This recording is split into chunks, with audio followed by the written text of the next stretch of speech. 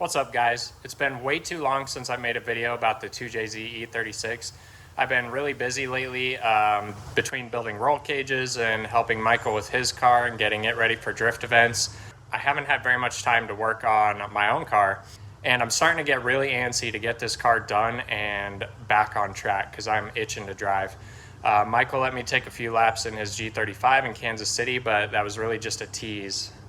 All it did was make me want to drive even more. So we're gonna jump straight into it and get back to working on this car. So in today's video, I'm gonna be building an entire tube front for the E36. So I'll be cutting out the fenders, building tube structure here, have a bash bar with a jacking point. That's gonna make it a lot easier for me to fit a big radiator in here, as well as an intercooler and everything else that I'm gonna need with the 2JZ. But also, as you can see, I have all this damage over here on this side. And there's no point trying to fix it. We're gonna go tube front eventually anyways, might as well do it now. But before we can start on the tube front, I wanna plan ahead for all of the engine bay prep. The whole engine bay is gonna get stripped down. Everything we don't need is gonna be ripped out, and then we're gonna paint it and make it look nice. But one thing that might be an issue with this car is the brake booster. The forward-facing intake manifold that I got for the 2J comes over here quite a bit. So I'm not sure if it's gonna clear or not. So before we get started on the tube front and cutting everything out of here, I want to stick the 2J in here and see how it fits. So let's do that.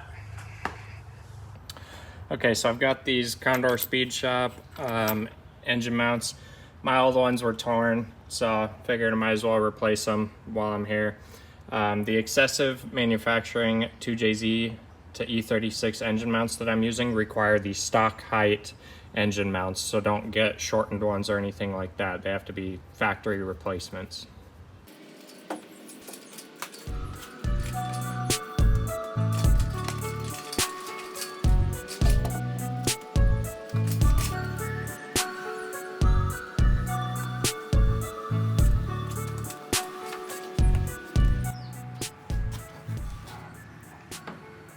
This is one of the things that makes the E36 the best car ever. All you have to do is take out one bolt in the hood hinge, and then you can open it like another foot, and it just the hinge just folds underneath and locks in place, which is really handy when you're pulling engines out, because now, as you can see, the engine hoist can't hit the hood.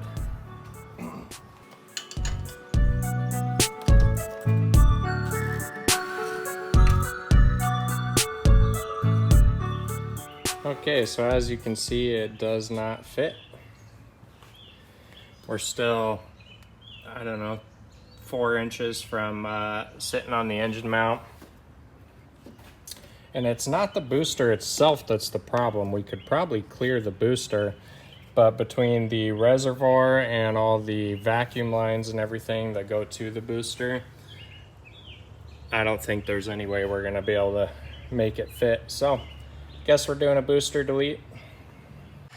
Which honestly, I wanted to do a booster delete anyways, because if you've ever done a lot of tandem and you have a car that has a booster and you do a lot of left foot braking, if you're on throttle and left foot braking at the same time, because you're higher in the RPMs, you lose vacuum, which means your booster runs out of vacuum, and then it's like having manual brakes. And if you're not expecting it, you know, you'll have like, I don't know, 5 to 7 seconds of solid left foot braking, and then you go to hit the brakes again and it's just stiff as a rock. You're not expecting it, it scares the crap out of you. So I kind of wanted to have just manual brakes anyways, just for more consistency, just having, you know, consistent, steady pedal feel. So it's not the end of the world that we have to delete the booster, but it is gonna cost a pretty penny because the delete kits are not cheap. But anyways, we know that's not gonna fit now, so we can go ahead and pull the engine back out and start gutting the engine bay. Okay, so the first thing we need to do obviously is get the fenders off and out of the way.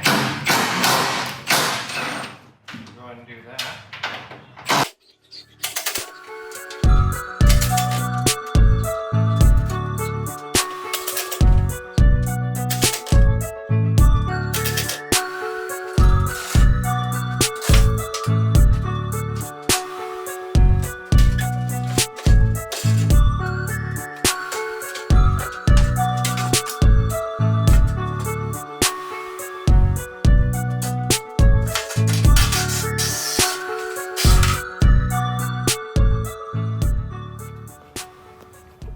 Okay, so I had to disconnect the brake lines from inside the fender well because the bracket where the line's mounted to is right where we're going to be cutting out the fenders. So got those disconnected.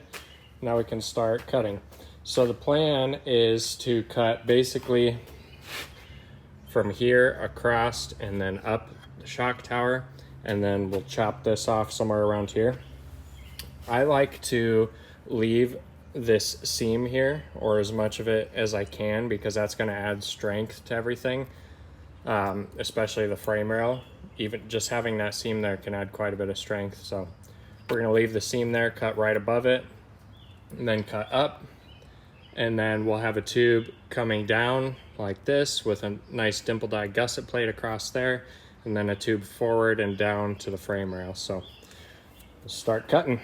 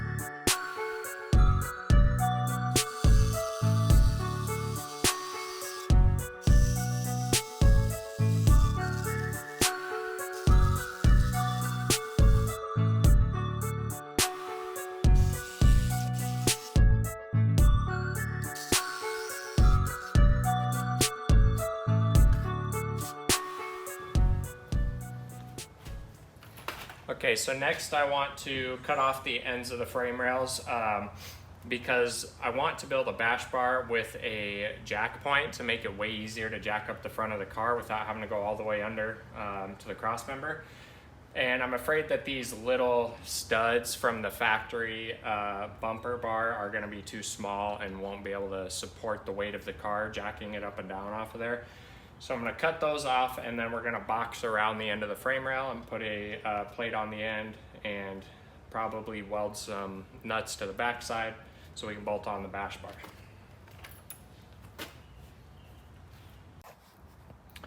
Okay, we got everything cut out and cleaned up. Smoothed out all the edges with a flap disc so nothing is sharp, and took a wire brush to all the seam sealer. Got rid of that for the most part in the areas that I'm going to be working in. I cut out the seam right here so that we can box around this area, but I'm going to leave the rest of it for strength like I said before. Got the ends cut off so we can cap those.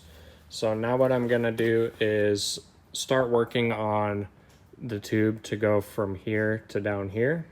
I'm not sure exactly how I want to do it and what design, but I want to do that first before I go do anything else, because I need to know at what angle it's going to intersect with the frame rail so that I know how big of a plate I'll need, because with a longer angle you need more area for the slant of the tube to weld to.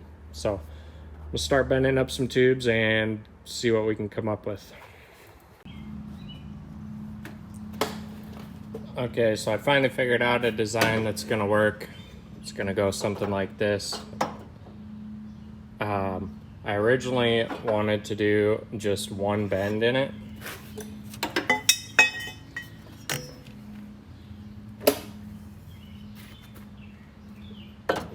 Kind of like this. But because of the headlight and the adjusters that stick way out, they come into here. If I had done one bend, I would have had to have it set back further, which then I was afraid the tire would rub on it under compression.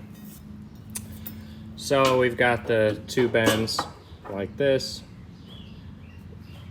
which I think looks pretty cool. So now that we have these figured out, I just need to start building plates to box around this and up here. So we'll get working on that.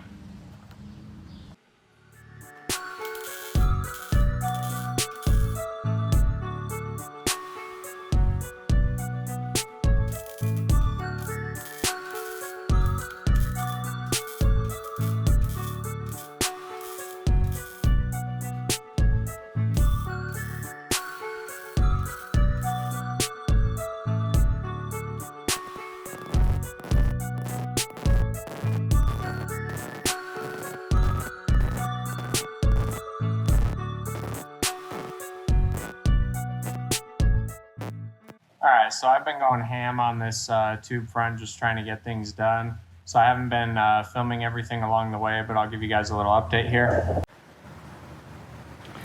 So we got both sides, the main structure done, the box is done, and then we have our strut tower reinforcements done with the dimple dies. Came out pretty cool. The only thing I wish I would have done different is have these tilted forward more so that you could actually see the dimple dies from the front. Right now, the angle they're at, you don't see it as much unless you're like up above like this. I got the front clip on for mock-up purposes so that I could stick the headlights in and make sure they were going to clear, which I had to cut a bunch of the plastic off of those to make them fit with the way I want to do things.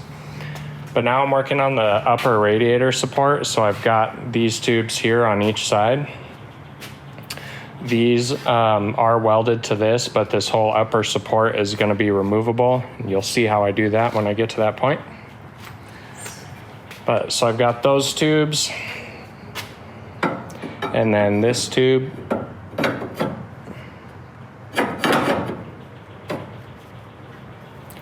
Will fit in there like that. It's got a slight upward angle to it to get it to the right height.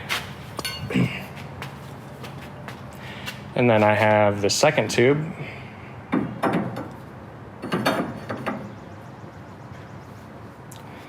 That will sit in there kind of like that. And then I'll have dimple die gusset plates going all the way across the top of this. And then I'll be able to mount my quick latch hood pins to that. I can mount this cowl piece, make some tabs off of there, and then the headlight will mount here and one mount to this. And basically,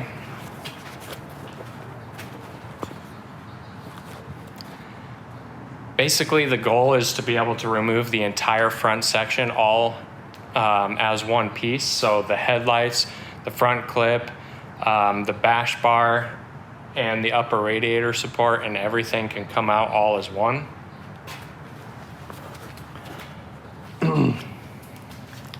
But now that I have these bars fitted up, I'm going to go ahead and weld those onto here and start working on everything else.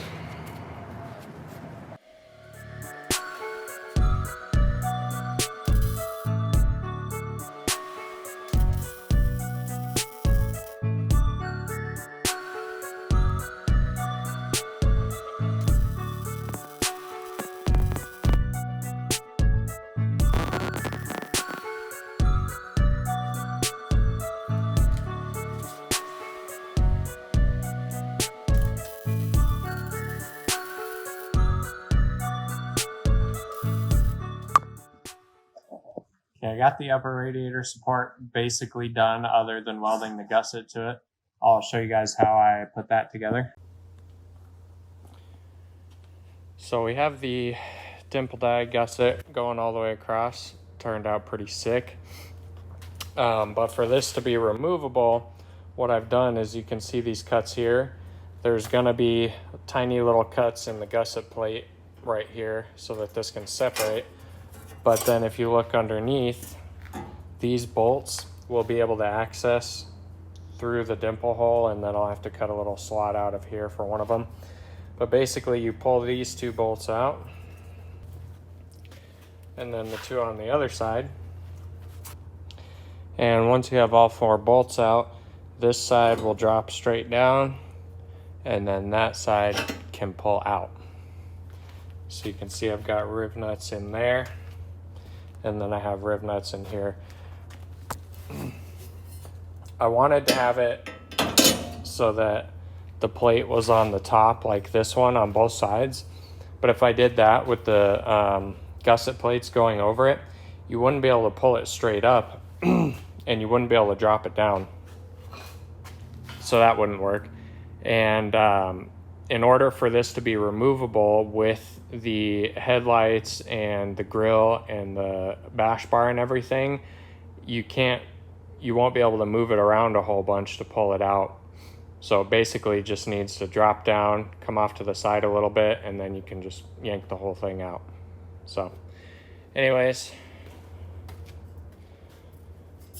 we're ready to put the dimple die plate on now. I'm going to TIG weld this since it's going to be up front where everyone sees it. I don't have a lot of experience with the TIG welder, but I think it'll turn out better than MIG welds would, so we're going to get to that.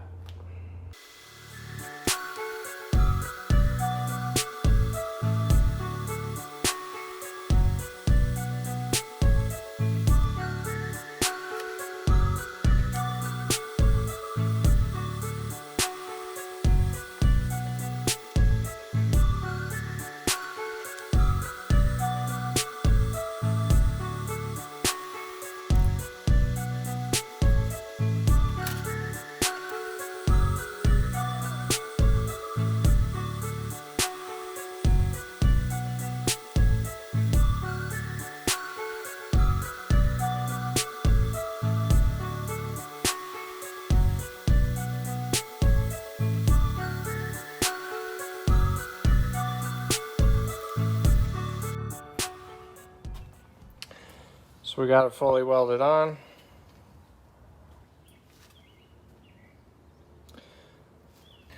This was my first time ever really TIG welding. I've done some practice runs before, but I've never actually done a full-blown TIG project. So it came out pretty good for it being my first time. Not super happy with it. Wish it looked like those perfect TIG dimes, but looks a lot better than MIG would have. So anyways, now that the gusset is fully welded on, all that's left to do is cut the gusset right here where the tubes are cut. You can see I've got notches now for the 2 bolts. So once I cut it on both sides, we should be able to pull it out easily and put it back together.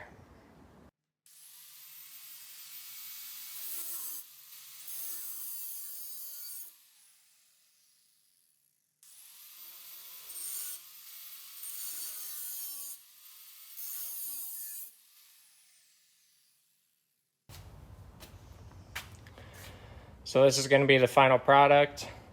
You'll be able to see these little slits here, which isn't, ideal, but I think you'll barely notice them unless you're looking right at it. Once it's painted and you're looking back a ways, you won't even tell that they're there.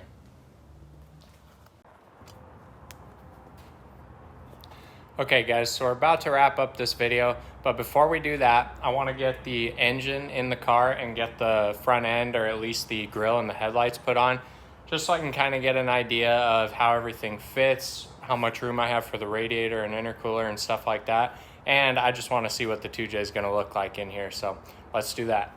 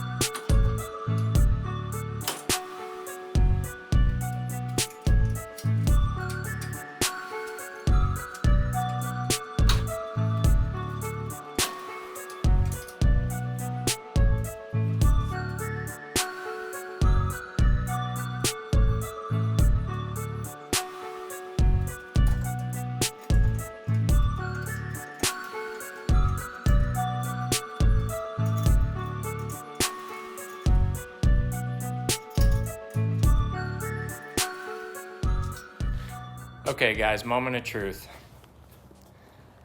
Just a little old E36 sedan. Got the front end mostly back together. Don't have a bumper on yet because I need to build a bash bar before I can work on that. And the headlights aren't quite fitting right. I need to clear some more on the back side to make up for the tube front. But, bam.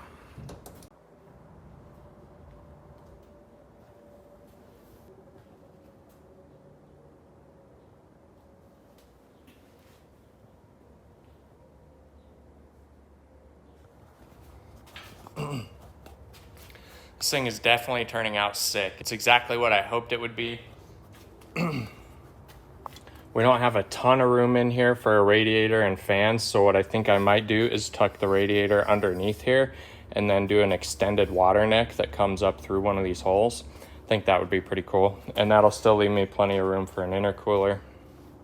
But overall, pretty happy with it. Need to hurry up and buff it all and then primer it, because as you can see, it's already starting to rust quite a bit. It's really humid here in Iowa. But that's going to do it for this one, guys. As always, thank you for the support. If you like this video, make sure to give it a thumbs up, and if you haven't subscribed yet, please do so. I'll see you guys on the next one where we finish building the 2JZ, get the transmission on it, and get it ready to go back into the car.